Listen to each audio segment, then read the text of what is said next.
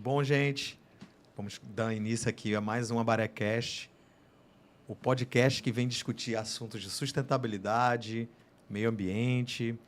E hoje a gente está aqui com duas personalidades, ilustres personalidades, que é o Rodrigo Lima e o Bosco Rezende, que a gente vai tratar de um assunto que vira e mexe, ele aparece na mídia nacional, internacional, mas às vezes a gente não tem a profundidade necessária para entender, que é a questão do mercado de crédito de carbono.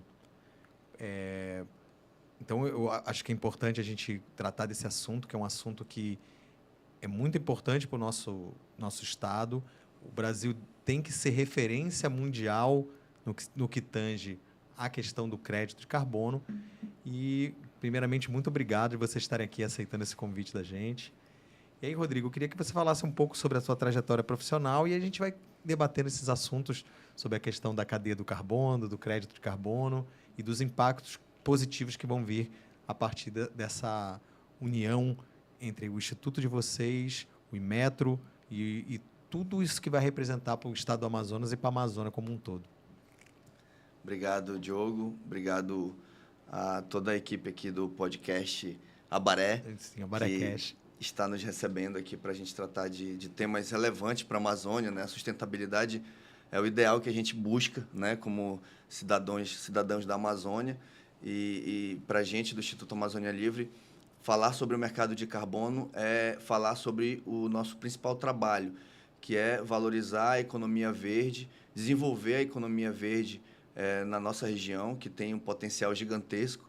O Brasil, como o Diogo muito bem mencionou, tem um potencial gigantesco para ser o líder mundial nesse mercado, né? Nós temos aqui estoques de carbono muito grandes, a gente tem áreas gigantescas que a gente pode trabalhar também o sequestro de carbono através de reflorestamento e outras formas, né?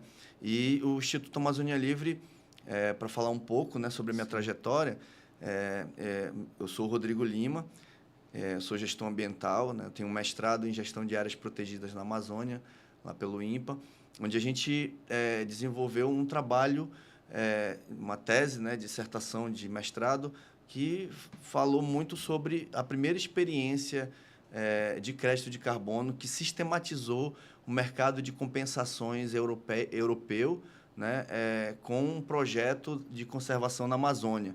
Essa sistematização, que é uma sistematização feita a partir do mercado voluntário, que a gente vai falar um pouquinho mais adiante, é uma sistematização muito importante para a história, né, do trabalho que o Brasil faz em relação aos cumprimentos das metas ambientais, das metas climáticas, né, que ele assinou através do Protocolo de Quioto, do Acordo de Paris, né? Então, no Acordo de Paris, o Brasil se comprometeu, por exemplo, a reduzir em 37% as emissões na sua linha de base do ano de 2005. Então, o ano de 2005 tem uma quantidade X de gases que o Brasil emitiu e hoje o nosso ideal é reduzir em 37% esse número, né, do ano de 2005. Então, a gente tem até o ano de 2030, aí o Brasil se comprometeu novamente no Acordo de Paris em reduzir 43% das nossas emissões. Então, assim, é uma meta muito ambiciosa. O Brasil está fazendo um trabalho gigantesco para conseguir atingir essa meta.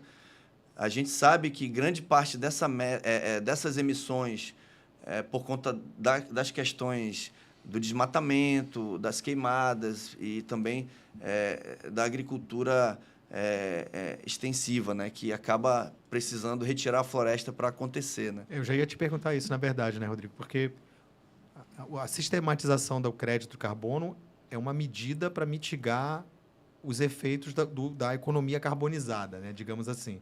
Então, o aquecimento global, uma das medidas que se propõe é fazer esse balanço entre quem emite e quem não tem condição, quem não emite, né? É isso, né? Isso. Justamente, Diogo, porque o que é o aquecimento global, né? O aquecimento global acontece por conta dos gases que são emitidos na atmosfera e esses gases eles acabam interagindo com os raios solares, né? E ali eles aquecem, eles chegam a vibrar e aquecer mais a atmosfera da É o Terra. efeito estufa. É o efeito estufa, né? Que ele pode ser natural e ele é natural, no entanto, nós agravamos ele, porque assim, você imagina um copo, né? Esse copo aqui. Se a gente tampar o copo, ele tem um ar aqui dentro, ele tem um oxigênio, ele tem uma composição de gases aqui dentro, Certo. né? Os gases estão aqui dentro. Mas se a gente começar a colocar aqui, por exemplo, através de um canudinho, uma fumaça qualquer, né? Com o tempo, você vai ver que esse espaço que é transparente, que tem gases que a gente não enxerga, vai ficar cheio de fumaça. Então, essa fumaça, ela não estava aqui, ela é alienígena esse processo, né? Então, o que está acontecendo hoje? A gente retirou muito carbono que estava inerte, né? Estocado há milênios. Estocado há centenas de bilhões de anos, né? Por processos naturais, né? São através do petróleo, dos combustíveis fósseis, né? Que ficam ali no subsolo. E a gente acabou queimando e transformando isso em gases e levando para a atmosfera algo que não estava mais na atmosfera. Então, esses gases é que estão comprometendo o clima global. Então, a gente precisa, primeiramente, evitar que mais gases vão para a atmosfera. Então, a gente tem que evitar as emissões. E, ao mesmo tempo, nós precisamos sequestrar o carbono que já está lá. Então, esse carbono que foi liberado, a gente precisa trazer ele de volta para ficar em equilíbrio, né? Para que a gente possa ter um clima favorável nas próximas décadas, porque a tendência que nós temos hoje, né, a partir do que está posto, né, no sistema produtivo mundial, é que nos próximos anos a coisa vai ficar bem feia. E aí acaba o ciclo natural que demora gerações para se estabilizar. A atividade humana, depois da Revolução Industrial, acabou interferindo nesse processo. Por isso que, às vezes, os negacionistas, né, falam, não, o aquecimento global é um processo natural. Ele é natural, mas a gente interferiu, né? Sim. E a gente interfere, Diogo, há muitos anos, há muitos séculos, na verdade. 300 anos, pelo menos, né? Bem mais do que isso. Se a gente for pegar, por exemplo, relatos mais antigos, a gente tem relatos de Aristóteles falando dos problemas nos montes que eles desmatavam tudo para pegar madeira para fazer embarcações. Sim. Então, aqueles desmatamentos que aconteciam naquela época já criavam, por exemplo, grandes erosões, já criavam dificuldade na agricultura. Dificuldades para eles. Então, sim, assim, apesar de que, ao longo da história da humanidade, nós enfrentamos alguns ciclos de mudanças climáticas que interferiram até em civilizações, como, por exemplo, aqui na América do Sul, nós temos os maias, né? Algumas teorias falam que os primeiros maias sumiram por conta da migração devido a um aquecimento global, a uma mudança climática que levou a uma grande seca e eles precisaram migrar. Então, isso aconteceu em vários momentos da história da humanidade, mas também não foi algo que não foi provocado. De um dia para o outro também, De um dia para o outro, né? Processo, porque o ser humano ele intervém no meio ambiente já há muito tempo, desde do nosso início da nossa história, né? De forma positiva e de forma negativa, né? Hoje a gente está tentando trabalhar para reverter muita coisa negativa que foi feita, né? É que a gente percebe, assim, pelo menos a gente, que a saída do crédito de carbono, ela para os leigos, para a sociedade, ela pareceu uma grande saída. Me corrija se eu estiver errado, que, por exemplo, um país como a Holanda, ele tem uma produção industrial muito grande, mas ele não tem onde captar, onde sequestrar o carbono. Então, através desse mecanismo do crédito, ele compensaria a emissão dele, tanto os governos quanto a iniciativa privada. Então, mas também precisava de integrar como uma dinâmica e uma metodologia, né? Sim. E existiam várias metodologias que, ao que parece, não foram dadas continuidade, né? E aí vocês acabaram desenvolvendo uma nova metodologia. Sim, nós tivemos uma experiência em 2009, né? Começou em 2009. Em 2010, nós estabelecemos um contrato. O crédito... Perdão. O protocolo de Kyoto, que estabeleceu a capacidade do crédito carbono, quando foi? Onde que surgiu essa ideia? Sim. Tudo começou nos anos 70, quando a Organização das Nações Unidas promoveu o primeiro encontro mundial para falar sobre o clima, lá em Estocolmo. E a partir dali, isso também foi incentivado por causa de um livro de uma autora americana chamada Raquel Carson. Ela escreveu um livro chamado Primavera Silenciosa, onde ela mostrava a relação do uso de agrotóxico nas grandes plantações lá dos Estados Unidos com a perda de biodiversidade, de vagalumes, de insetos que faziam parte do cotidiano das fazendas e do mundo rural lá nos Estados Unidos. Então, ela começou a perceber que não havia mais o barulho dos grilos, por exemplo. Sim. Então, os vagalumes que ficavam à noite. Então, ela começou a estudar isso. Então, a Raquel fez essa relação e ela escreveu esse livro. Esse livro virou um best-seller. E, a partir desse livro, é que o mundo começou a ver, poxa, a gente está fazendo besteira, a gente precisa estudar mais. Pode ser reversível, né? A gente precisa entender melhor as relações. E foi aí que a ONU resolveu, anos depois, eu acho que a Raquel escreveu em 63, se eu não me engano, o livro dela, e alguns anos depois a ONU organizou essa primeira conferência. E aí, 20 e tantos anos depois, quase 30, se eu não me engano, aconteceu no Rio de Janeiro... E o Eco 91. A Eco 92. 92. A Eco 92, que ali os países estabeleceram ali um acordo comum para eles criarem uma agenda que eles chamaram de Agenda 21, que era a agenda para preparar os países para o século 21, que era o novo milênio. Né? Então, a gente tinha ainda... A gente que é mais antigo um pouquinho, a gente lembra do bug do milênio, de toda aquela pressão que acontecia naquela época. O mundo vai acabar, vai acontecer alguma Calendário coisa... Maia. Isso daí tudo. Então, assim, nessa época, os países criaram a Agenda 21 e eles já criaram... Todos que assinaram a Agenda 21 viraram partes de um processo. Então, são essas partes que se reúnem a partir de 92, eles se organizaram para fazer uma conferência. Então, virou a Conferência das Partes. Então, todos os países que participaram da Eco 92 começaram a se reunir em conferências das partes para tratar sobre aquilo que levou eles à Eco 92, né? E os desdobramentos da Agenda 21. Então, foi a partir da Conferência das Partes que os países foram se encontrando e procurando buscar mecanismos para superar uma crise que já estava anunciada. Desde os anos 80, as pesquisas avançaram muito, né, depois dos estudos da Raquel, e chegaram resultados alarmantes. A comunidade científica começou a ver que o negócio estava feio mesmo, e aí outros projetos, outros trabalhos, outros estudos começaram a ser feitos e elaborados, até que em 2005, um grupo de pesquisadores mundiais se reuniu e criou um painel intergovernamental para tratar das mudanças climáticas. Que é o IPCC, né? Que é o IPCC, um organismo da ONU, né? E esse painel, o IPCC, ele elaborou 2 relatórios. Os 2 primeiros relatórios do IPCC apontavam para uma mudança climática acelerada por conta das nossas ações humanas, né? Que a gente chama de ações antrópicas. Então, essas ações, que é justamente o nosso modo de vida, nosso consumismo, né?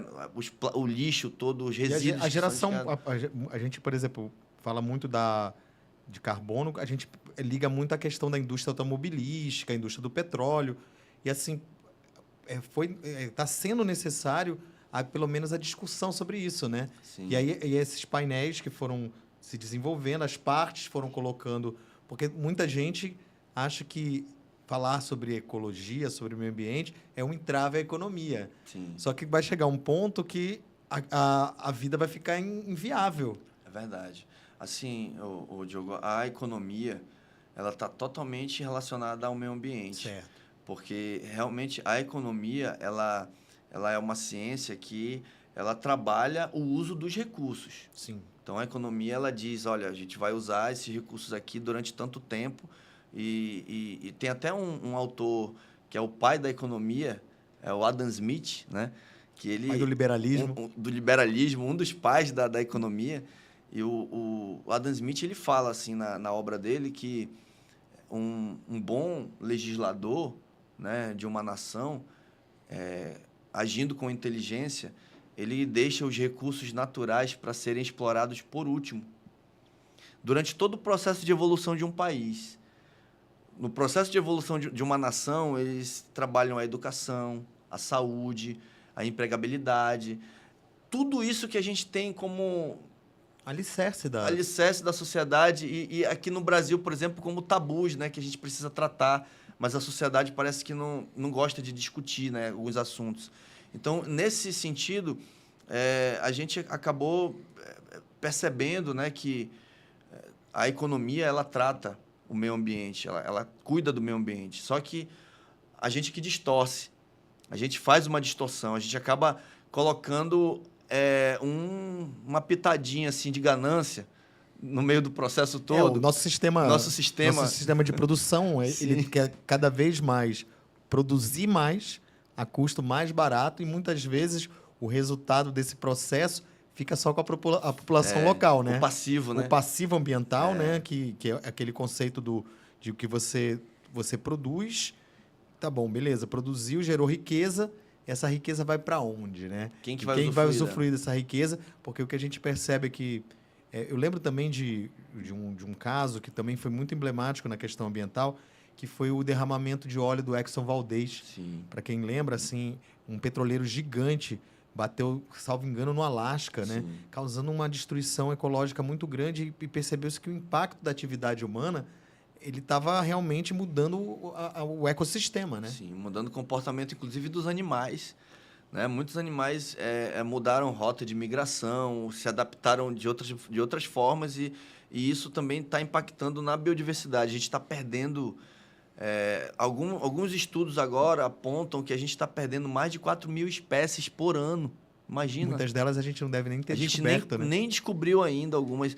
Todos esses incêndios da floresta que a gente presenciou esse ano passado, né, a Amazônia queimando, isso é uma perda incalculável para nós, porque a gente tem ali espécies de fungos, de insetos, que não foram descobertos, mas que têm uma importância estratégica, às vezes, para o ecossistema. E, Rodrigo, me diga uma coisa assim, o Brasil, sempre a gente estudou que o Brasil tinha uma matriz energética limpa, que era proveniente de hidroelétrica. Evidente que o crescimento de tudo, a termoelétrica, hoje em dia também a gente tem outros meios alternativos, como a geração eólica, a geração solar. E o Brasil, a parte dele na questão do carbono, da onde vem? O Brasil, vamos dizer assim, não contribui emitindo gás carbônico. Quais atividades brasileiras que mais emitem carbono? Bom, nós temos um plano nacional de descarbonização. O Brasil ele trabalhou esse plano justamente para propor nas negociações das COPs, né, para fazer propostas sobre as nossas emissões, né, porque cada país criou a sua meta, cada país estabeleceu a sua meta de redução. Né? Então, essas metas elas trabalham em setores específicos, que são setores que muitas vezes são estratégicos para um país, para uma nação, mas que não tem como ele vai emitir de qualquer maneira. Por exemplo, não tem como, né? a siderurgia. A gente tem aqui uma indústria siderúrgica nacional que precisa queimar fornalha 24 horas por dia e trabalhar para poder ela estar funcionando.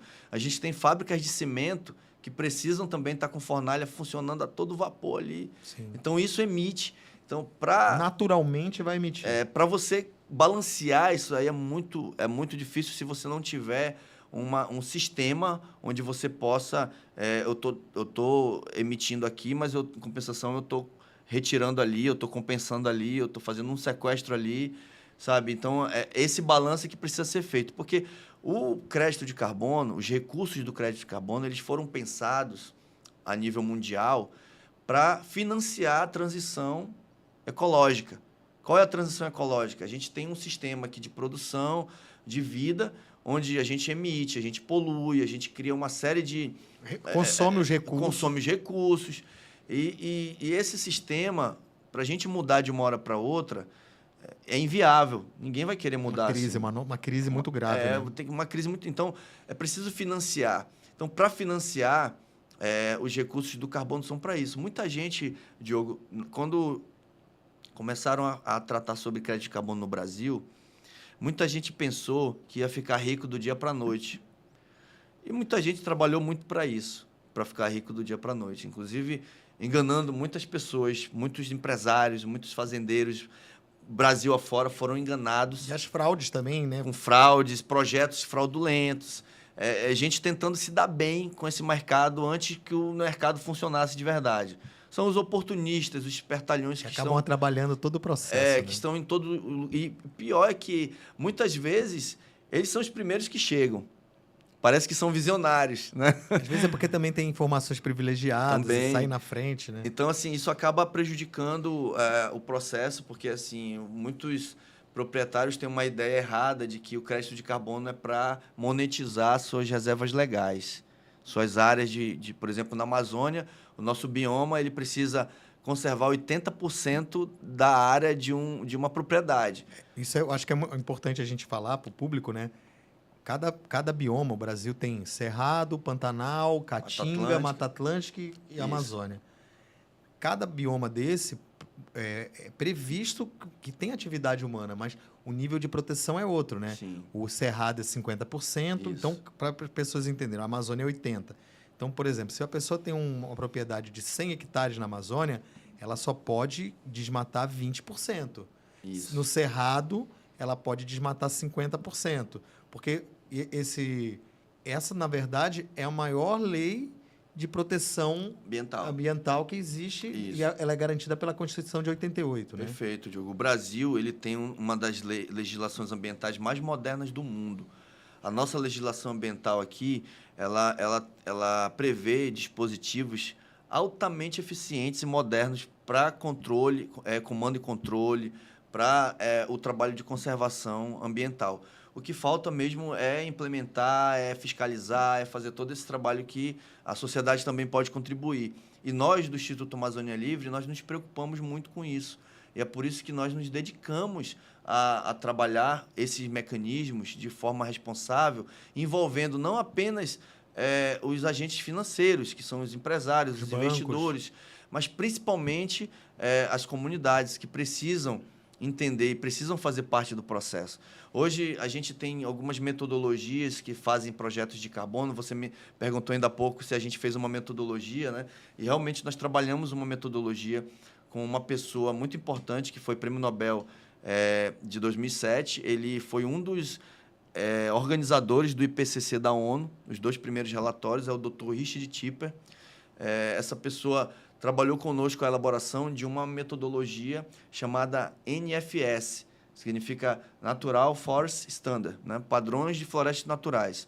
Essa metodologia ela foi feita por várias mãos e principalmente pela nossa experiência na Amazônia, porque todas as metodologias que existem hoje para tratar projetos de carbono no Brasil são metodologias que foram feitas com base em experiências fora do Brasil, né? Com base em florestas temperadas, florestas que nem são um bioma característico da nossa floresta tropical, né? Então, essas metodologias, elas dominam, elas imperam, elas trabalham, muitos técnicos aprendem, profissionais, engenheiros aprendem a usar essa metodologia, e tudo que se fala de carbono hoje no Brasil praticamente é baseado numa metodologia ou em alguma outra que está começando a tentar fazer algo diferente, né? Isso foi importado, né? Desculpa, né? Então, a gente acabava importando um modelo que não atendia a nossa necessidade. Então, quando eu conheci o trabalho de vocês, o que me encantou foi isso. Esse desenvolvimento de uma metodologia que, de fato, pudesse ser aplicada aqui na Amazônia. E no final, ela vai beneficiar toda a cadeia produtiva, toda a sociedade, né? Sim. Por exemplo, a gente trabalha situações aqui que são gritantes, Diogo. Eu sei que existem coisas científicas que a gente não pode generalizar, tem que ser, né? Mas tem situações, por exemplo, a gente trabalha aqui a questão ambiental muito focada em coisas que vêm de fora para dentro. Então, por exemplo, a gente tem aqui um trabalho de manejo florestal, né? O manejo, quando ele foi trabalhado, a Amazônia ela não é homogênea, ela tem aqui espécies que vivem de formas São diversas. diversas Amazônias, né? Diversas Amazônias. Tem espécies aqui que são as célsias, que são aquelas que alimentam as espécies menores. Tem espécies de árvores na floresta que, se forem retiradas, algumas que estão ao redor delas vão morrer porque dependiam dela para se alimentar. Então, a gente traz aqui algumas técnicas de engenharia florestal, de manejo florestal, que muitas vezes não foram trabalhadas aqui dentro do nosso país, foram desenvolvidas fora. E alguém aprendeu e achou que podia trazer para cá e trouxeram. E hoje a gente tem uma ideia de que fazer um manejo florestal é algo que pode ser muito importante para a conservação, porque você vai tirar uma espécie grande, mas vai dar oportunidade de 2 ou 3 filhotes crescerem. Isso não vai acontecer em muitas situações. Pode acontecer? Pode. A engenharia florestal trata disso? Trata. Mas não é algo unânime para a Amazônia. Nem então, 100% eficaz, né? Nem 100% eficaz. Assim. A gente do Instituto Amazônia Livre acaba criticando um pouco algumas experiências de manejo por conta disso, né? A gente, por exemplo, tanto na questão da relação, da forma, da dinâmica florestal, né? Que é isso que eu acabei de mencionar, como também na questão do envolvimento das comunidades tradicionais. A gente viu aqui, por exemplo, tem experiências de instituições que trabalham em unidades de conservação. Essas instituições, elas pegam milhões e milhões de recursos públicos para trabalhar a gestão dessas unidades. E a gente vê projetos acontecendo nessas unidades de conservação com essas instituições, onde as pessoas das comunidades trabalham em situações análogas à escravidão, aqui na Amazônia. Porque está lá no interior... Não é visto, não visto, está dentro então, do sistema de entendeu? proteção. Então, assim, a gente tem projetos, a gente vê muitos projetos acontecendo na Amazônia que não respeitam as pessoas. Porque, por exemplo, uma coisa que a gente trabalha muito na nossa visão de instituição é a empregabilidade. Então, os projetos que a gente propõe para assinar carteira de pessoas nas comunidades. E é uma coisa rara, né? Nas comunidades, a economia que se desenvolve lá é uma economia formal de subsistência, basicamente. Praticamente, né? e dependente muito da prefeitura, do Estado, né? Para ter uma economia. E a gente vê poucas iniciativas que propõem isso. Então, uma das grandes sacadas nossa é promover o emprego de carteira assinada no interior e nas comunidades onde a gente promove os projetos. E, assim, uma coisa que é importante a gente dizer sobre a nossa metodologia, Diogo, é que o nosso carbono é diferente dos outros. Por que eu falo isso?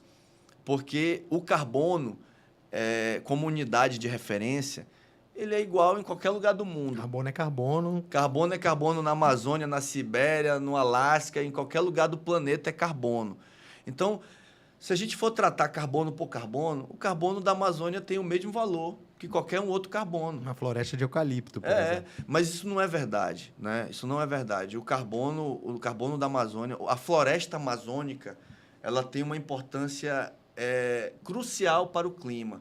A floresta amazônica, ela regula o clima de um continente inteiro, que acaba regulando o clima global. Então, a Amazônia, ela joga aerosóis. A Amazônia, ela trabalha com dinâmica de poeira que vem do Saara, e aqui a gente acaba tendo uma relação da floresta muito mais forte, muito mais intensa que qualquer outra floresta de qualquer outro bioma. E também pelo tamanho dela, né? Pelo tamanho. Então, assim, a importância da Amazônia para o clima é fundamental. Então, quando a gente fala da Amazônia, a gente fala para a Amazônia existir, para a floresta continuar viva, porque até nisso, Diogo, a gente questiona o que está sendo feito no nosso estado. Porque quando a gente fala de floresta em pé, a floresta em pé é uma reprodução da exoginia que domina nosso estado, que explora as pessoas aqui, que ganha muito dinheiro público aqui e que não mostra resultado efetivo para a nossa sociedade. Essa exoginia que veio de fora para cá, ela criou uma ideia de que a gente precisa manter a floresta em pé. E mande dinheiro para o Brasil, mande dinheiro para a Amazônia, doe dinheiro para a gente mantenha a floresta em pé. E aí a gente passando numa volta simples ali no Lago de Balbina, a gente percebe que a floresta em pé, até morta, ela fica. Sim. Porque lá no Lago de Balbina tem uma floresta toda em pé, mas que está morta e que ela não serve para... Ela vai carbonizar. Ela não serve para manter a dinâmica da biodiversidade, ela não serve para manter as relações dos povos e comunidades tradicionais, ela não serve para a gente. Então, a floresta em pé não é suficiente para nós da Amazônia. Nós precisamos manter a floresta viva, porque só com a floresta viva nós garantimos a biodiversidade e a diversidade cultural que nós temos aqui, que são as maiores riquezas. Então, assim, quando a gente fala que o nosso carbono é diferente, ele é diferente por quê? Porque a gente trata uma unidade de carbono, que seria 1 tonelada, que seria uma unidade de crédito nas demais metodologias. As demais metodologias e o sistema funciona assim: 1 tonelada de carbono é um crédito. Quando a gente viu que essa lógica era uma lógica não favorável para nós, a gente pensou em outra estratégia. E qual foi a estratégia? As relações que esse carbono tem. As relações tanto com a biodiversidade quanto com a diversidade cultural. Então, tem uma árvore, eu vou dar um exemplo aqui. Uma árvore tem 1 tonelada de carbono. Esse carbono, se fosse numa outra metodologia, ele ia ser só um crédito. O crédito no mercado ele varia muito, de 18 a 30 dólares, um crédito. Então, se a gente vender por 30 dólares, que é um preço alto, um crédito só, 30 dólares, será que com 30 dólares eu consigo garantir que aquela árvore continue viva por 20 anos? É quase que impossível. Né? Mas a gente cria um valor para isso, porque aquela árvore ela tem uma relação com animais. Pode ser que um sauim coleira que está ameaçado de extinção viva e dependa daquela árvore. Isso daí já é uma relação que nós estabelecemos na nossa metodologia em um índice multiplicador. Então, isso multiplica por X. Mas também tem uma comunidade indígena ou uma comunidade tradicional que depende daquela árvore, os frutos dela alimentam as pessoas lá, as gerações. Em determinada época ali. Ou então as pessoas usam as raízes, a casca daquela árvore para fazer remédio, enfim, elas têm uma relação com aquela árvore, com aquele carbono. Então multiplica por mais X. No final, essa 1 tonelada não vai ser um crédito, ela vai ser 20, 30 créditos. Então, a gente imprime um valor econômico, né, uma valoração econômica maior para que se crie uma viabilidade para a conservação. Então, a Amazônia ela possui áreas que são extremamente importantes para a biodiversidade, mas que não tem tanto carbono estocado. E aí, a gente vai deixar de conservar, de atender porque não tem carbono? Então, assim, essas lógicas a gente começou a fazer para poder criar essa metodologia. Uma outra lógica que a gente estabeleceu é que, assim, a gente vê muito se falar de carbono, e quando se fala de carbono, a primeira coisa que se pergunta é: qual é o tamanho da tua área? Qual é o tamanho da tua área? Eu quero fazer carbono. Peraí, 10 hectares? Deixa eu fazer um cálculo aqui. Tu vai ter tantas toneladas de carbono, tu vai ficar rico. Aí o cara, o empresário, o investidor fica animado, né? Mas essa relação é uma relação que vem causando alguns problemas de entendimento também, né? A gente vem tratando de forma diferente. Por quê? Porque aqui no Brasil existem alguns conceitos que estão um tanto quanto embolados, né? Por exemplo, a gente fala de serviço ambiental e serviço ecossistêmico. O serviço ambiental, quando ele foi trabalhado, esse conceito inicialmente, lá nos anos 70, serviço ambiental era uma classe de serviços gerais. Assim. Serviço ambiental é o que a natureza faz, serviço ambiental é o que eu estou fazendo ali um tratamento de esgoto. Então, não tinha essa separação do que era natural do que era feito pelo homem. E aí a gente veio trabalhando os conceitos, né? E hoje se fala muito de serviços ecossistêmicos, mas ainda não separaram do que é serviço ambiental. Então, existe o serviço ambiental que é ecossistêmico e existe o serviço ambiental que é antrópico. Então, por exemplo, a natureza está fornecendo ar, água e nutrientes para manter a vida na Terra. Isso é um serviço ecossistêmico. Os rios voadores seriam um serviço ecossistêmico, os rios voadores. Aí a gente tem aqui um grupo, uma brigada de incêndio que está lutando contra o fogo para acabar com aquela reserva ali que está incendiando. Isso é um serviço ambiental. Porque o serviço ambiental é o serviço ambiental antrópico. Porque o serviço ambiental antrópico é aquele que o homem faz para manter, para garantir a sobrevida de um serviço ecossistêmico ali. Então, esse é um exemplo de conceitos que está meio embolado. Muita gente fala, vamos manter a floresta em pé porque a gente está fazendo um serviço ambiental. Ter a floresta em pé é um serviço ambiental. Bom, a floresta em pé... É ecossistêmico. Ela é um serviço ecossistêmico que ela promove para a gente. Agora, a gente conservar, a gente fazer o trabalho de monitoramento, de controle de incêndio, de educação ambiental, de envolvimento das comunidades, de melhoria da qualidade de vida, de tratamento de água, de tratamento de resíduos. Esse é que é o serviço ambiental que a gente precisa fazer para que esse serviço ecossistêmico continue, para ele permanecer.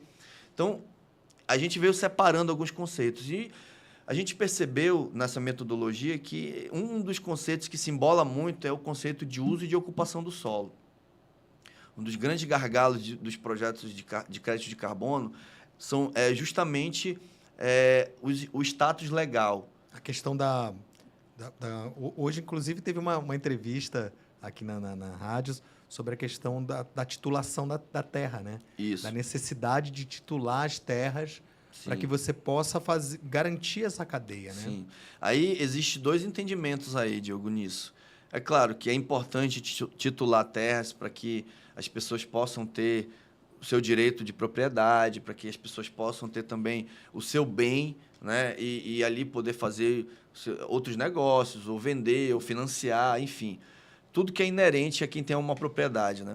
Mas também a gente sabe que, para a Amazônia, isso é uma faca de dois gumes, porque existem muitas comunidades que vivem à margem desse sistema que nós estamos aqui. Então, são pessoas que não precisam de muito para viver.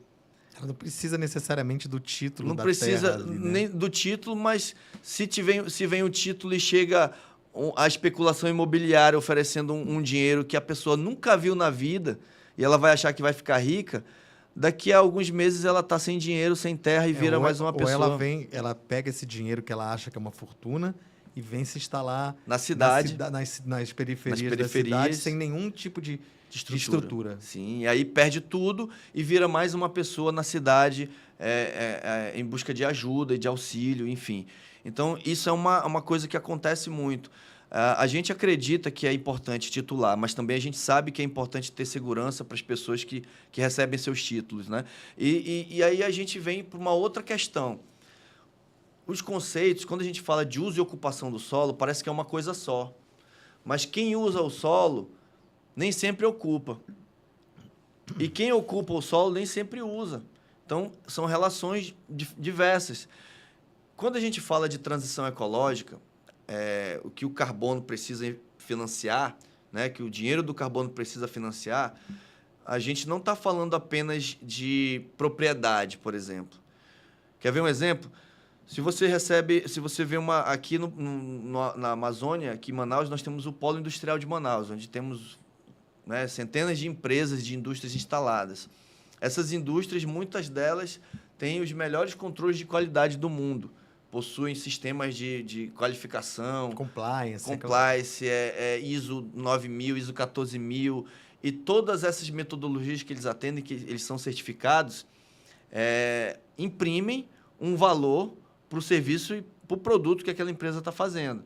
Então, por exemplo, uma LG da vida ou uma Samsung da vida, ela tem ali vários sistemas que ela está aplicando, né, que ela está sistematizando, mas ela não precisa, para receber um certificado desse, um selo desse, ela não precisa dizer que o prédio está no nome do X, da conta lá do coreano, não precisa dizer que a empresa tem aqui um título no nome dela para poder receber aquela certificação.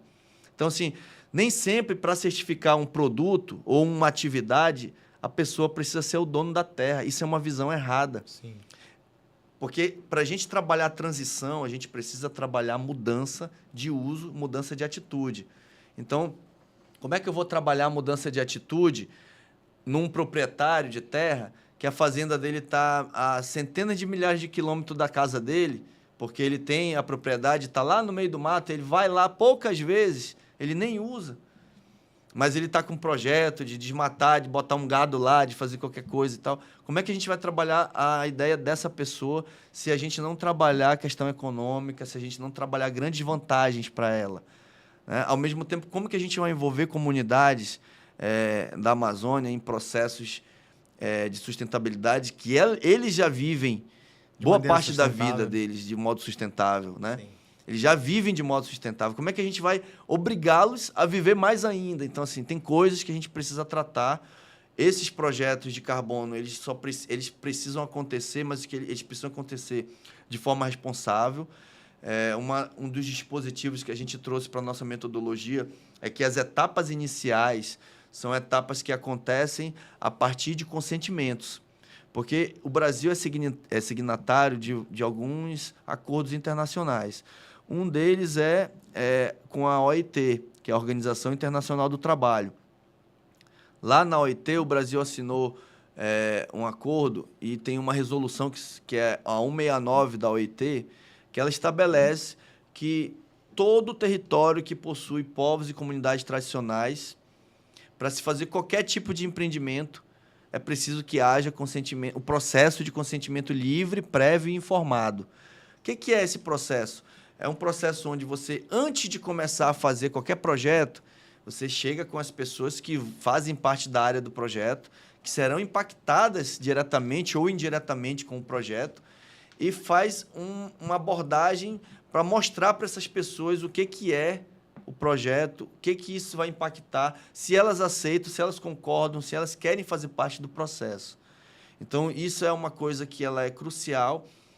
O nosso projeto ele fez um trabalho de consentimento livre e esse processo de consentimento livre não é uma coisa que começa e acaba rapidamente, ela dura ao longo do período do projeto. Se o projeto tem 20 anos, o consentimento vai durar durante 20 anos.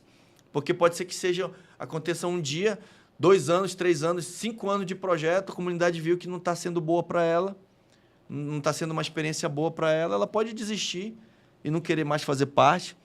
Então, isso daí está previsto, né? E o que a gente vê são algumas empresas que viram nesse mercado de carbono a oportunidade de lucrar e começaram a trabalhar de forma abrupta e acontecem muitos problemas de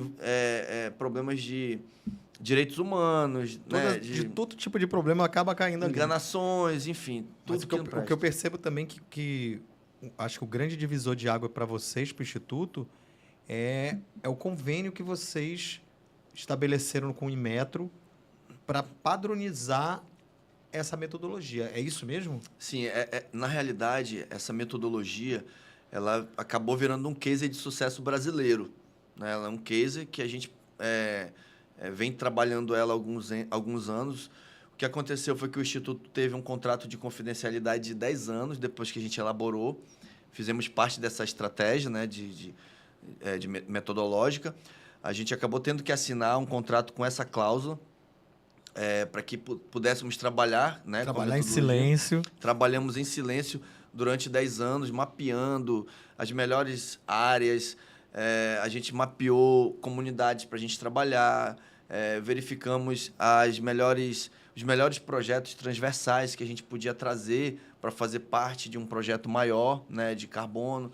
Então, isso fez com que a nossa instituição alcançasse uma experiência e uma visão também desse mercado, que hoje, no Brasil, o Ministério do Desenvolvimento, Indústria e Comércio e o Ministério da Ciência e Tecnologia enxergaram como uma experiência importante e crucial para que o Brasil não perca mais tempo na regulação do Sistema Brasileiro de Comércio de Emissões, que é o SBCE, que foi instituído por uma lei que foi sancionada agora no dia 11 de dezembro. E essa lei é uma lei que estabelece o mercado brasileiro, o Sistema Brasileiro de Comércio.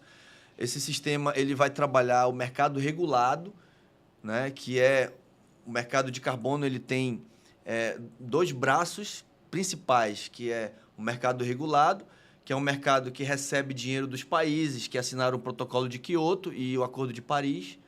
Esses países que assinaram o Protocolo de Quioto, eles se comprometeram a financiar essa transição nos países que ainda possuem florestas. E essa transição, para as pessoas entenderem, é a transição de uma economia descarbonizada. Isso. Então, por exemplo, quando você desenvolveu uma turbina eólica, é um caminho que se foi, por exemplo. Sim.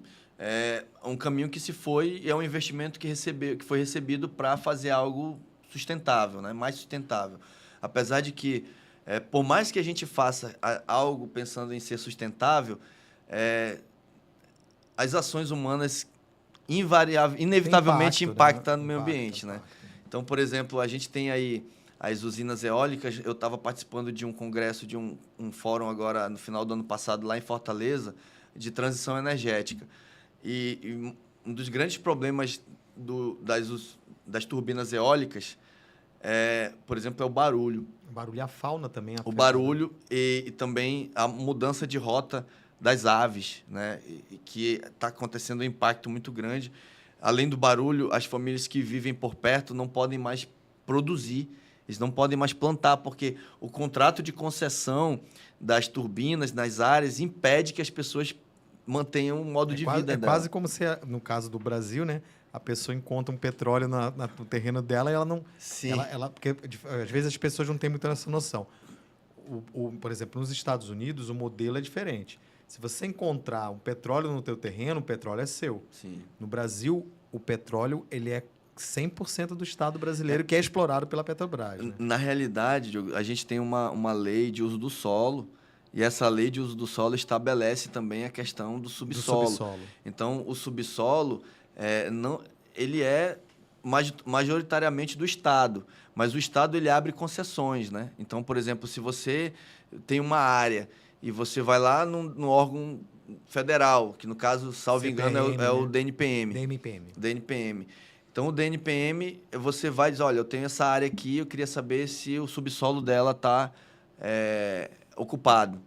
Então, lá o DNPM tem um sistema que ele vai verificar, olha, isso aqui está no nome da Petrobras, isso aqui está no nome do Diogo, porque ele solicitou para fazer estudo. Você, como pessoa física, também pode solicitar uma determinada área do subsolo, se ela estiver disponível. Então, isso daí é perfeitamente... Que é o que está acontecendo agora aqui, para trazer para o nosso estado do Amazonas, que é com as minas de potássio. Isso, né? As minas. Só que no caso do potássio, foram concessões, né, feitas pela Petrobras através de privatizações que aconteceram, né, do sistema de partilhas que foi revisto, né, e isso daí está promovendo aí o desenvolvimento do município, mas também está trazendo muitas discussões sobre esse desenvolvimento, né. Que fique claro aqui, Diogo, que nós não somos contra o desenvolvimento. Pelo contrário, a gente quer que ele aconteça, mas de forma inteligente, de forma responsável, para não acontecer de novo, repetir o que está acontecendo. Né? Por exemplo, para trazer aqui de novo, a gente comentou sobre Balbina, que foi um projeto que em tese, venderam para a sociedade que ia ser um desenvolvimento. Foi importante a geração de energia, mas foi feito de uma maneira equivocada, gerando uma floresta em pé, Sim. morta, né? E também um grande impacto no rio Atumã, né? Que Sim. impactou centenas de famílias, a fauna, a ictiofauna toda praticamente foi perdida. Então, a gente tem uma ideia diferente de desenvolvimento, né? Então, hoje a gente quer contribuir com o nosso Estado, justamente com essa parceria com o Inmetro, porque é uma parceria estratégica. O Inmetro, como órgão regulador nacional, é o responsável pelas orientações e pelas indicações dessa regulação do mercado de carbono, e o Instituto Amazônia Livre, com o acordo de cooperação técnica firmado no dia 26 de dezembro desse ano e homologado agora no dia 14 de janeiro, né, com o presidente do Inmetro, Márcio André, e todos que fizeram parte também daquela comitiva. É importante por quê? Porque a gente vai trabalhar questões de qualificação técnica. Hoje, o Estado do Amazonas possui poucos técnicos com uma visão fora da caixa, porque a maior parte do que se entende, do que se percebe sobre carbono no Brasil, é com base numa metodologia só, que é a metodologia de uma empresa estrangeira, que tem um lobby muito forte no Brasil, que paga para os governos, para os estados, que forma técnicos, vai nas universidades, pega engenheiros de informação e vai colocando na ideia. Então, assim, a gente hoje, né, nós estamos num trabalho voltado para capacitar técnicos com uma visão, que é a visão que o Ministério e que o Brasil precisa para avançar, né? Essa ideia de você pegar recurso do fundo, aplicar num projeto, numa unidade de conservação, para gerar crédito de carbono e tentar vender para o mercado privado, é uma ideia falida.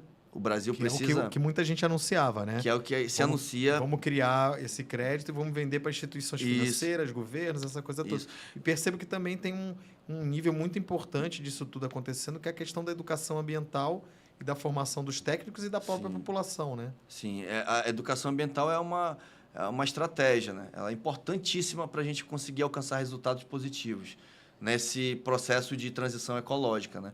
E, ao mesmo tempo, nós temos aí essa pegada que é feita através da iniciativa privada, através dos estados, né? A gente chama hoje de mercado jurisdicional, que é um mercado onde o governo do estado tenta elaborar projetos nas suas unidades de conservação para gerar crédito para vender, né? Mas eu não sei se eu posso dar uma dica aqui para o estado para ajudar aqui a gente a... Eu acho que aqui é um espaço para isso, que a gente está propor soluções. Assim, a dica que eu dou é para o estado. Pessoal, vocês estão querendo fazer projetos em unidade de conservação? Façam, mas façam projetos com metodologias voltadas para a região amazônica, que gerem resultados para cá. E que o crédito gerado, o crédito que é gerado em uma unidade de conservação, possa ser vendido para o Fundo Amazônia, para o Fundo Clima. Ao contrário, então. Não para o mercado privado. Se o mercado privado entender que ele deve colocar o seu dinheiro numa área pública, que é um entendimento que nós sabemos que não existe, porque o mercado financeiro que quer investir no comércio de carbono, ele quer investir cada um no seu lugar, né? O mercado sabe que o dinheiro dos seus impostos europeus financia o Fundo Amazônia e financia o Fundo Clima e os outros fundos. Esse dinheiro é para ser aplicado nas unidades de conservação do Estado. Mas o Estado... mas eu tenho a minha reserva legal, 80% é minha particular, eu posso fazer um projeto meu de carbono e colocar aqui para ganhar dinheiro. A reserva legal, ela é instituída por lei. A lei, né, do nosso Código Florestal estabelece a reserva legal. Se a lei estabelece, o Estado ele tem que ter a obrigação também. Então, uma contrapartida no processo. Então, a gente sugere que os recursos dos fundos possam vir ajudar os proprietários de terra, de fazenda, a controlar, a manter o monitoramento das suas áreas. A gente sugere que os projetos de carbono de unidade de conservação possam ser certificados, verificados, validados e que os créditos dali possam voltar para o Fundo Amazônia, para o Fundo Clima, para tentar fomentar novos recursos desses fundos.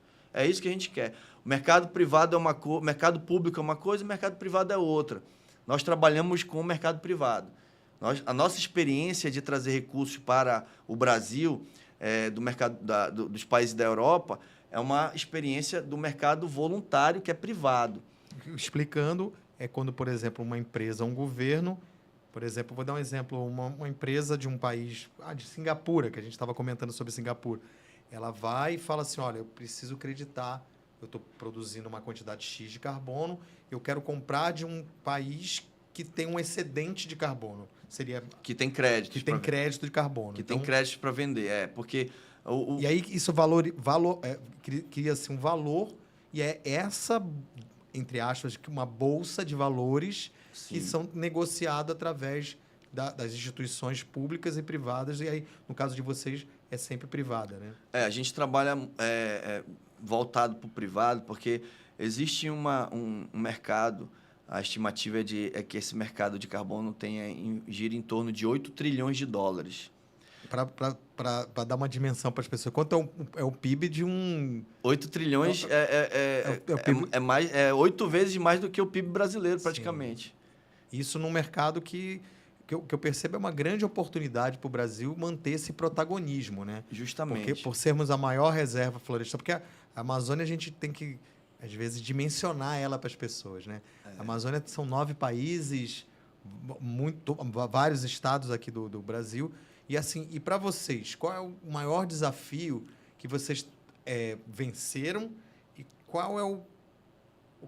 quais são os próximos passos para que vocês consigam disseminar essas informações? Porque hoje vocês estão na Amazônia, mas tem o Pará, tem Rondônia, tem todo mundo que também vai precisar dessa regulação, né? Sim. Hoje, por exemplo, o nosso principal desafio, Diogo, é justamente a questão da credibilidade, sabe? Porque, assim, esse mercado é um mercado que foi muito marginalizado por picaretas, né? Então, a gente que vem falando uma coisa séria, uma coisa certa, muitas vezes a gente é engolido pelos picaretas. Porque o picareta, ele tem estratégia, ele faz um glamour, né? Tem os lobbies, ele né? tem os lobbies, ele tem os QIs, né? Sim. Ele tem os QIs, então eles conseguem muito. Então, essa questão do lobby foi um problema que a gente teve que enfrentar. Então, muitas vezes, a gente teve que lidar, a maior parte dos clientes e dos parceiros que a gente se relaciona para tratar sobre carbono, são parceiros que já pegaram uma pernada lá atrás, sim, falando vulgarmente, né? Já foram enganados de alguma maneira e já chega conosco já armado. Sim. Então, a gente tem que desarmar. Então, é muito mais trabalhoso, requer muito mais energia para a gente poder mostrar um pouco do trabalho, né? E, Rodrigo, por exemplo, eu tenho uma propriedade ou faço parte de uma comunidade. Como é que eu faço para acessar esses projetos? Eu tenho que procurar vocês, e aí vocês desenvolvem um projeto específico para aquela área, específico para aquela atividade, e aí, a partir disso, vocês mesmos fazem esse intermédio. É assim que funciona? Nós temos uma parceria com o Grupo Europeu e hoje nós temos um contrato de demanda de créditos. Então, todos os créditos que forem gerados, que a gente apresentar, já estão negociados. Então, a gente tem aí um contrato que gira em torno de 106 milhões de unidades de créditos. Então, 106 milhões de toneladas de carbono, vamos dizer assim, né? Esse contrato, ele garante que todos os projetos que a gente apresente na plataforma já tenham seus créditos negociados, o que é um problema sério hoje no Brasil, porque muitas empresas negociam, né, fazem as negociações, começam a fazer os projetos. Muitos fazendeiros, inclusive, já investiram em projetos de carbono e foram verificados, passaram por processo de certificação e receberam um papel. Mas esse papel não serve, não vira dinheiro. Ele não vai, com esse papel, não é um título de crédito que ele vai numa instituição financeira e transforma em dinheiro. E transformar em dinheiro. Então, é um papel que ele perde, assim, porque, e principalmente, é um papel que está sem crédito no mundo, porque a maior parte dos projetos de carbono no Brasil são feitos com uma metodologia, que é essa que domina, que é uma metodologia que caiu em descrédito e que só se negocia seus créditos aqui dentro do Brasil, porque o mundo afora não compra mais. Então... Rodrigo, e agora, assim, quando a gente já está até no adiantar desse processo, a gente está aí no ano da COP30, que o Brasil vai sediar. Como você vê essa oportunidade, tanto para vocês, enquanto uma instituição, quanto para a sociedade como um todo, de aproveitar o máximo possível desse encontro, dessa discussão, e o que a gente pode trazer isso de benefício concreto para a nossa sociedade, para a preservação, para o desenvolvimento sustentável da Amazônia, né? Perfeito, Diogo. Uma pergunta importante, muito inteligente, porque o Brasil hoje está passando por um momento crucial. Nós estamos enfrentando um momento onde a principal potência mundial, uma das maiores poluidoras do mundo... Da história também, da história, né? Tem um presidente negacionista. Inclusive, um presidente que está mandando retirar de todos os sites governamentais tudo que faça alusão a mudanças climáticas. Então, e ele também deixou, se ausentou do protocolo, saiu do Acordo de Paris, né? Tá retirando os investimentos que os Estados Unidos faz na ONU para justamente atender esses programas de meio ambiente, programas de... um retrocesso. Um retrocesso muito grande. Dizer o grande. mínimo, né? Mas, ao mesmo tempo que isso está acontecendo, nós estamos enfrentando uma crise real, uma crise climática real e catastrófica. A gente tem aí as geleiras derretendo numa velocidade até 10 vezes mais do que foi prevista, e o processo está muito rápido desse derretimento. A gente já tem aí países que estão já enfrentando o nível do mar já alcançando... Vanuatu, eles estão dizendo que em pouquíssimo tempo vai desaparecer. Vai né? desaparecer. Então, tem muitos que estão nessa pegada ali na Oceania. Olha, Rodrigo, eu vou dar um depoimento pessoal aqui. Eu moro alguns anos em Flutuante, né? Vivo a minha vida ali. E é uma sensação muito ruim ser desabrigado ambiental. Porque você tem toda a tua vida, a tua história, a tua vida, o teu modo de vida está ali. De repente, no nosso caso, o rio secou. Para onde eu vou? Como é que eu vou viver agora? Como eu vou viver? Assim, a gente teve dificuldade para tirar nossas roupas. Porque antes a gente saía no barco, depois o barco acabou, era lama. A gente... Foi uma tristeza, assim, a gente que tem um conhecimento e tem alguma disponibilidade, algum recurso, mesmo que mínimo. Fico imaginando essas comunidades, o que elas passaram numa seca severa, porque o ano de 2024 foi um ano muito difícil para todo mundo que vive da natureza aqui no Amazonas, porque nós pegamos aquela época das queimadas, foi uma loucura. Sim. E depois a gente entrou numa seca. Então, quando a gente vê iniciativas como de vocês, que estão propondo soluções concretas que podem, de fato, mudar a vida da população, assim, o coração da gente enche de esperança e de que as pessoas, os políticos, a sociedade coloque a pauta ambiental. Não é uma questão ideológica de direita, esquerda, é uma questão de sobrevivência e de eficiência, né? Sim, perfeito, Diogo. Assim, a gente vem enfrentando uma polaridade na sociedade. Sim. De pensamentos, né? Então, essa polaridade de pensamentos, ela acaba também dificultando o entendimento. E descredibilizando tudo, né? E tirando... Assim, hoje, a gente tem uma esperança também muito grande, Diogo, porque, ao mesmo tempo que tem todos esses problemas para enfrentar, existem muitas pessoas como você que estão aqui... Como a gente, né? Como a gente, que acreditam que é possível fazer algo diferente, algo real, algo concreto, né? E que tem compromisso com essa região, né? Eu estava contando para você aqui nos bastidores sobre a história da minha família, né? Que sim. Eu conheço toda a história. Ele vai fazer um filme, hein? Falou que vai fazer um documentário para contar aqui as histórias que ele tem. Já conheceu mais de 350 comunidades na Amazônia. Gente, isso é um número incrível, né? E a gente quer poder falar um pouco sobre isso para a gente mostrar que a realidade amazônica é uma realidade que todas as famílias daqui praticamente já enfrentaram. Então, a gente tem aqui famílias que foram formadas por pessoas que vieram do Nordeste, tem famílias que foram vieram formadas... da Síria, vieram do Líbano. Líbano, imigrantes. E hoje a gente está correndo o risco de fazer o reverso, porque, como você falou, refugiado climático. Sim. Imagina só o deslocamento das populações é uma loucura, porque, por exemplo, tem comunidade aqui do entorno de Manaus que, com essa seca severa, eles não tinham água para beber. Pertinho da cidade. Pertinho da cidade. Estou falando aqui da comunidade de Fátima. Sim. Aqui que tinha gente que... Eu conto muita história de um rapaz que trabalha com a gente. Quando o rio está normal, a voadeira dele fica a 50 metros da casa dele. Quando tem seca, fica uns 300 metros. Na seca, ela ficou a 5 quilômetros.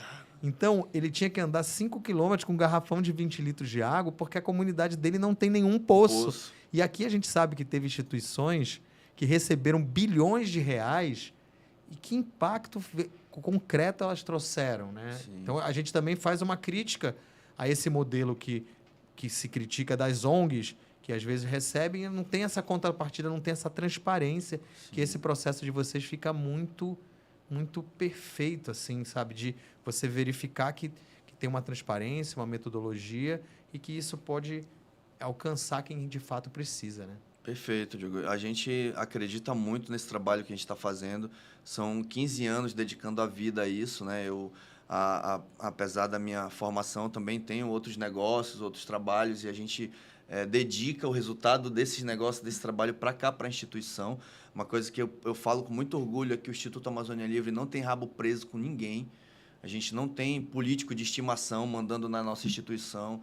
A gente não tem ninguém por trás ditando o caminho que a gente deve seguir. Nós temos um grupo de técnicos, de pessoas com experiências importantes, pessoas de renome aqui da região, inclusive renome internacional, pessoas que fazem parte da ideia do Instituto, né, de promover a sustentabilidade, de trabalhar pela manutenção da floresta viva, né, que é a nossa missão, e também promover a economia verde no estado do Amazonas, que é o nosso maior potencial. A gente tem que pensar em alternativas à Zona Franca de Manaus. A Zona Franca de Manaus, apesar de que a gente acredita que ela vai estar sempre sendo prorrogada... É um modelo exitoso, né, de preservação. Mas, assim, pelo dispositivo constitucional que ela se baseia, ela vai ter fim. A Zona Franca vai chegar uma hora que ela vai ter fim. E quando esse fim chegar, o que vai ser da nossa população se nós não tivermos uma alternativa viável, econômica, que envolva as pessoas, que gere trabalho e renda para esse povo todo? Então, a nossa preocupação é uma preocupação que é de curto, médio e longo prazo mesmo, porque a gente sabe que 10 anos passa muito rápido. Um dia desses, eu comecei a trabalhar com isso e já se foram 15 anos. Então, daqui a mais 15 anos vai ser amanhã. Então, como é que vai ser se a gente não fizer nada agora? E, Rodrigo, assim, para a gente terminar, queria que você deixasse alguma mensagem sobre esse processo que a gente está vivendo e falasse sobre suas esperanças, né? Principalmente em relação à COP30, que a gente está na beira de acontecer. A gente está vendo a cidade de Belém passar por transformações incríveis e problemas também para receber um evento desse porte, né? Mas eu queria que você deixasse uma mensagem sobre isso, né? Porque eu acredito também que uma pessoa como você, que dedicou uma vida profissional a isso, você está fazendo, claro, que como profissional, mas que também são os seus valores e o que você espera desse mundo que você está construindo para os seus filhos e netos, e assim seja, né? Perfeito. Diogo, eu tenho um filho de 7 anos, ele vai fazer 8 agora em junho, é o Lucas. Um abraço para o meu filho, papai te ama.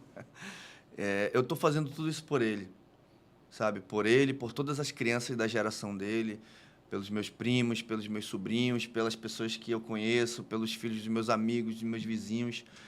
Porque a gente sabe, eu cresci atravessando... Eu estudava no Preciosíssimo Sangue, ali na Constantino Neri. Sim. E eu morava no bairro do São Jorge, então eu ia a pé para a escola, né? Quando eu tive uma certa idade, meus pais me deram essa liberdade para eu começar a ir autônomo para a escola. Então, eu sempre passava por aquele igarapé que corta o São Jorge, que vem ali da Cachoeira Grande, o igarapé da Cachoeira Grande. Sim, sim. E eu lembro das histórias da minha família, da minha mãe, do meu avô, né? Meu avô pescava matrinchando aquele igarapé e alimentava a família na hora do almoço. E a gente pensa hoje que ali se perdeu aquele igarapé, Sim. por enquanto, mas se Deus quiser, a gente consegue, através da gestão ambiental, transformar aquele ambiente. Então, Diogo, eu cresci olhando para aquele igarapé e pensando, cara, poxa, que tristeza minha, que infelicidade a minha não poder tomar banho nesse igarapé, que infelicidade a minha não poder chegar da escola e pular de cima dessa ponte aqui com o rio cheio, que menino que é menino gosta de fazer essas presepadas, essas artimanhas. Pelo menos na nossa época era. Então, assim, então eu cresci com esse sentimento de olhando para aquele rio e, poxa, a gente precisa fazer alguma coisa para mudar essa realidade, né? E isso foi internalizando em mim. E hoje, esse trabalho que a gente faz com o Instituto Amazônia Livre é um trabalho que visa buscar condições para se atingir esse resultado aí que a gente precisa, que é o trabalho de conservação, a recuperação dos igarapés da cidade, o trabalho nas bacias. A gente precisa fomentar, não só através do Estado, mas a iniciativa privada precisa se organizar para fomentar os comitês de bacia. A gente tem comitês de bacia aqui que praticamente só funcionam só no papel. Não tem um plano de bacias. O Tarumã está sendo desenvolvido, tem um comitê atuante, né? Mas esse plano, que é um... Há décadas que não está pronto. O que prometeram para a gente, né, é que até 2027... Olha, já pensou? Esse projeto, porque esse projeto, por exemplo, do plano, afeta diretamente o meu modo de vida. Porque o Tarumã, na verdade, ele é um resumo de Manaus, ali está propriedade de alto valor, está invasões sem nenhuma infraestrutura, Sim. foi tomado por uma série de ocupações que foram acontecendo porque não existia esse controle. Então, assim, para que a experiência... Você falou uma coisa que eu sempre repito, que é o pertencimento. Sim. Quando o igarapé, você dá um mergulho no igarapé, aquele igarapé ele é seu, ele é da sua história. Então, você acaba tendo um cuidado diferente. Então, o desenvolvimento desses mecanismos de controle, de desenvolvimento, eles são fundamentais, porque, no meu humilde entender, Manaus tinha que ser a capital verde do mundo. Então, a gente precisa melhorar a nossa arborização, a gente precisa melhorar o saneamento básico, a gente precisa... E eu acho que uma das coisas mais importantes é fazer que as pessoas tenham esse pertencimento. Elas entendam que o que é de todos é dela também, porque a gente às vezes confunde, né? O bem público, o meio ambiente é um bem público. Muitas pessoas acham que ela não faz parte, o meio ambiente, como a gente estivesse desconectado, né? Então, eu acredito muito nessa educação ambiental e nessa militância, não essa militância partidária. Política partidária.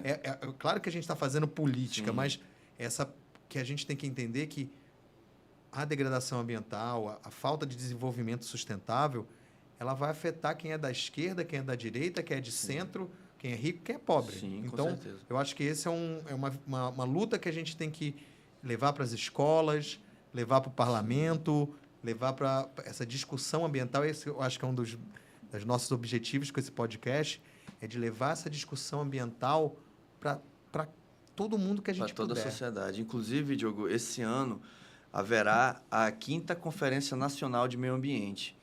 Essa conferência ela é muito importante para a gente tratar essas questões que o Brasil vai discutir na COP. Né? Quando vai ser? Olha, aí você me pergunta da COP, né? Rodrigo, como é que é a perspectiva da COP? A COP vai acontecer no final de novembro. Certo. Então, nós temos até esse período para tentar organizar algo para apresentar lá.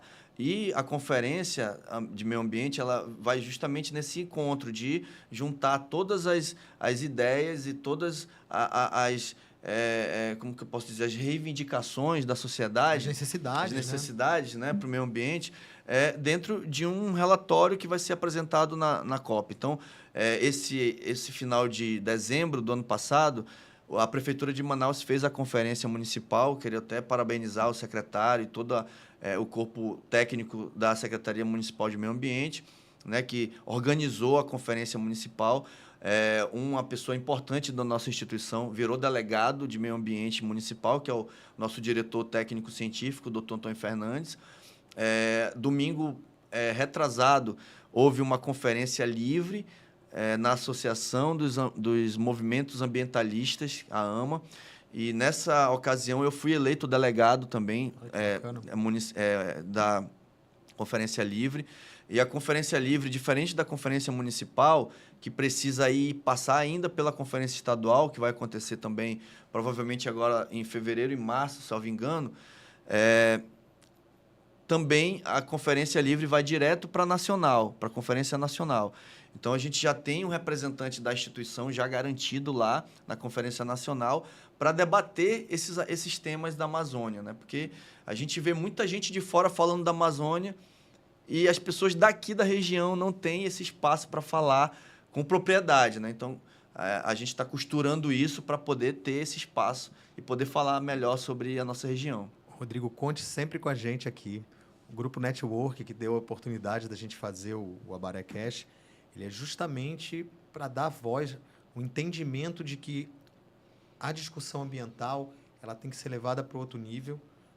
Foi maravilhoso receber vocês aqui, porque desmistifica muita coisa para a gente. A gente, mesmo quem é interessado no tema, muita coisa a gente fica sabendo através de como se diz o caboclo, né? Da fofoca. Da fofoca e a gente quer justamente contribuir. Agradecer realmente o trabalho que vocês têm feito e imagino a pressão de desenvolver esse trabalho nesse nível que vocês estão, mas também a gratificação de você poder, de fato, ver o seu trabalho de anos em silêncio. Imagina ter que assinar uma confidencialidade em anos em silêncio, trabalhar, mas agora também eu tenho certeza que vocês já estão contribuindo e vão contribuir muito para a discussão ambiental e para estabelecimento dessa parceria entre o Inmetro e a sociedade e o Instituto, que vai trazer muitos bons frutos, tenho certeza, não só para Manaus, não só para o Amazonas, mas para toda a região, para todo o Brasil e acaba para o mundo também, né? Perfeito, Diogo. Inclusive, eu quero te agradecer ao espaço fornecido aqui pelo Abarecast e por todos os técnicos que estão envolvidos aqui por trás desse trabalho belíssimo que você vem fazendo. Isso aqui é parte do teu ativismo, né? Porque tu já tem uma história de vida lá, de empreendedorismo na Amazônia, com Abaré, de convivência nas comunidades da região. E aí você está trazendo isso aqui para debater justamente isso. Então, para a gente isso é bem gratificante estar aqui contigo hoje para poder falar, contribuir um pouco. Muito obrigado. E eu quero agradecer também ao nosso diretor de marketing e comercial, que está acumulando 2 funções agora, que é o Bosco Rezende, que fez essa articulação aqui para estarmos aqui, esse encontro, né? Uma pessoa importante aqui do Instituto Amazônia Livre. E nós estamos aqui à disposição, né, Bosco, para vir outras vezes, em outros momentos, e outros parceiros também, né? Fala um pouquinho aí, Bosco. A gente acabou nem deixando o Bosco falar. Mas a gente acaba sendo um bom espectador, né? Porque falar do Instituto Amazônia Livre é uma coisa... por isso que as pessoas às vezes dizem é muito romantismo, né? Mas não é romantismo. A gente já vê uma realidade que acontece hoje e é muito triste se a gente não fizer nada. Agradecer aí, Diogo, o teu espaço. Eu que agradeço. Tá? É importante a gente estar falando aqui para a sociedade o trabalho que o Instituto fez. Como o Rodrigo mencionou, o Instituto ficou 10 anos, teve um contrato de 10 anos de confidencialidade, sem poder falar, e isso acabou atrasando um pouco, né, as questões de desenvolvimento mais pesados, né, em relação à parte dos projetos. Mas hoje temos um contrato de demanda, como o Rodrigo também comentou, né, então, com um banco europeu.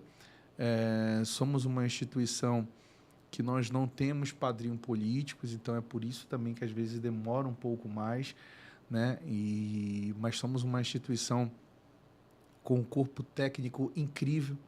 O Instituto tem 25 anos, formado pela Universidade do Amazonas, hoje é o FAM, né? Então a gente tem um corpo técnico incrível. Hoje está aqui presente aqui nessa mesa eu e o Rodrigo, mas por trás do Instituto, para fazer parte do Instituto, há um corpo técnico muito grande, né, ao qual nós somos gratos, porque nós estamos na frente, nós somos gratos a eles que fizeram esse trabalho lá atrás e continuam com a gente.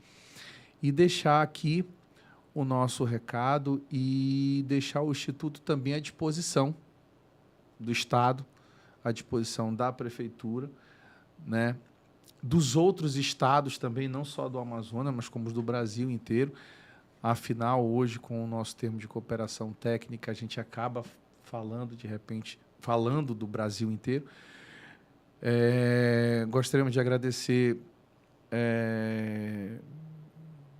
o que está acontecendo hoje, porque a gente acredita que nada é por acaso, tudo tem um propósito. E deixar aqui, agora falando para o lado mais comercial, né?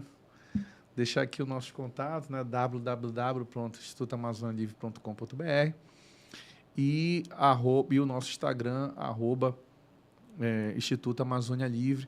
Se tiver curiosidade ou então souber um pouco mais da gente, que a gente possa desenvolver esse material ou desenvolver algum trabalho em conjunto, a gente está também à disposição aí do mercado para que a gente possa desenvolver um trabalho em relação à parte dos créditos de carbono. Gente, muitíssimo obrigado. A gente até estendeu um pouco aqui o horário, mas é porque realmente um tema como esse merecia 3 podcasts, né? Porque é um tema muito amplo e tinha muitas dúvidas, né? Muitas curiosidades. Muito obrigado mesmo vocês terem cedido esse espaço para a gente. Tenho certeza que essa voz nossa ela vai chegar a lugares bem distantes, onde a gente nunca imaginou. E deixar claro, quem quiser entrar em contato com o Instituto, o Bosco passou aí passou as informações. Sigam eles no Instagram. essa interação entre as pessoas e o Instituto, ela é fundamental. E agradecer de fato e deixar para o Rodrigo falar suas últimas palavras. É só uma correção, tá? Nosso site é amazonialivre.org.br e o nosso Instagram é Instituto Amazônia Livre. Eu vou pedir para depois botar os créditos, né? Porque na hora de falar sempre tem esses atos falhos, então vai ficar registrado aí para gente.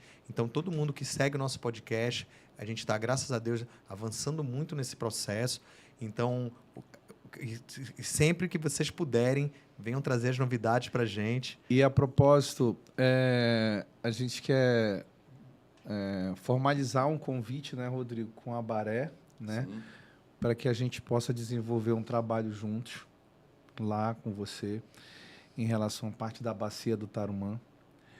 É uma obrigação do Instituto, né, fazer esse trabalho junto com você, né, a gente formalizar um plano de trabalho e um projeto para que a gente possa desenvolver juntos a questão da sustentabilidade realmente do Tarumã, né? E já deixo o convite, né, Rodrigo, para que a gente possa mais futuramente aí, de repente, já lá na frente, já está mostrando aí o projeto que o Instituto Amazônia Livre fez junto com a Baré aí em relação à parte do Bacia do Tarumã. Para a gente é um prazer, assim, mais do que um prazer, é uma honra, porque acho que a gente tem toda a questão cultural envolvida, a questão econômica, mas eu acho que a gente lutar por um meio ambiente saudável e sustentável é uma questão quase moral, espiritual, né? Então, a gente quer deixar esse legado para as futuras gerações. Eu não conseguiria dormir tranquilo se eu visse tudo isso acontecer e achasse que eu não tenho como fazer nada. Porque como é um desafio imenso, a gente é pequenininho, né? Então, mas cada um pode sim contribuir em vários níveis. E eu acho que nosso papel no Tarumã é tornar aquele balneário que é um primor de Manaus, um privilégio da cidade de Manaus, algo que se mantenha para não acontecer como no São Jorge, a Cachoeira Alta, as outras bacias da nossa cidade, que por uma questão histórica, não é a culpa de um governo A, é uma questão histórica, foi se degradando, mas também a gente está tendo a oportunidade de fazer diferente. Eu acho que mais do que focar no problema, a gente tem que focar em soluções e se unir a pessoas e grupos e a quem quiser a fazer esse trabalho de resgate dessa autoestima e desse pertencimento nosso dessa cidade que é maravilhosa e precisa, sim, do cuidado de todos, não só a nível governamental, mas no nível do cidadão, do dia a dia, desde não jogar o lixo, jogar o papelzinho na rua, a tratar o próprio esgoto, a cobrar das autoridades as soluções, porque se a gente não se unir, a gente vai perder um ao outro e, no final, a gente vai viver de uma maneira inviável que não é, a gente quer deixar o mundo melhor do que a gente chegou, né? Então, queria agradecer mais uma vez e, assim, muitíssimo obrigado pela presença de vocês. Obrigado. A gente que agradece. Obrigado, a gente que agradece.